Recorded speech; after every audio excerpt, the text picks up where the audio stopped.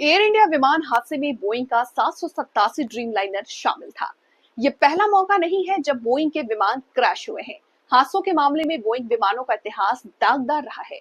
दक्षिण कोरिया में विमान हादसा 2024 में दक्षिण कोरिया में बोइंग का विमान क्रैश हुआ था, जिसमें लगभग 180 लोगों की जान चली गई थी। इसमें बोइंग का 737 800 एयरक्राफ्ट शामिल था, जो 737 मैक्स का नया वर्जन था। इन दुर्घटनाओं के कारण बोइंग को इन विमानों का परिचालन रोकना पड़ा, जिससे कंपनी को $30 अरब का नुकसान हुआ था। 2018 और 19 की दुर्घटना में 189 और 157 लोगों की जान गई। बोइंग के विमान में क्या खराबी है जो बोइंग के विमान लगातार क्रैश हो रहे हैं?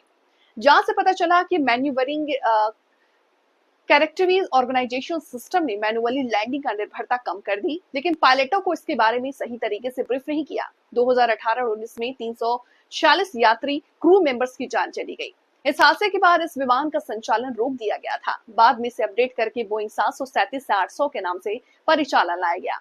अहमदाबाद में हुए प्लेन क्रैश में बोइंग का 787 ड्रीमलाइनर शामिल है, जिसकी पहले कभी क्रैश होने की कहानी नहीं रही। ब्लैक बॉक्स मिलने के बाद अहमदाबाद हादसे का खुलासा हो सकेगा। रिपोर्ट के मुताबिक सरकारी आंकड़ों के अनुसार बोइंग विमान दुनिया भर में लगभग 6000 दुर्घटनाओं में शामिल रहे हैं। इसमें 415 घातक थी और 9000 अधिक लोगों की मृत्यु हुई है। न्यूयॉर्क टाइम्स के एक रिपोर्ट में कहा गया है कि एशिया, यूरोप और उत्तरी अमेरिका महाद्वीप में बोइंग विमानों का इस्तेमाल प्रमुखता से किया जाता है। इस विमान को आधुनिक और सक्षम विमान माना जाता है, लेकिन इन विमानों का इतिहास सुरक्षा चिंताओं से जुड़ा रहा है।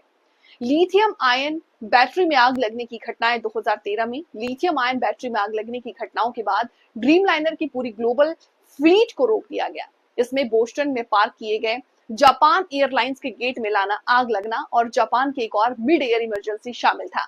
इन घटनाओं के बाद US federal aviation administration Dreamliner का संचालन रोक दिया। बोइंग ने बैटरी सिस्टम को फिर से डिजाइन किया। इसके बाद ड्रीमलाइनर का संचालन फिर से शुरू किया गया।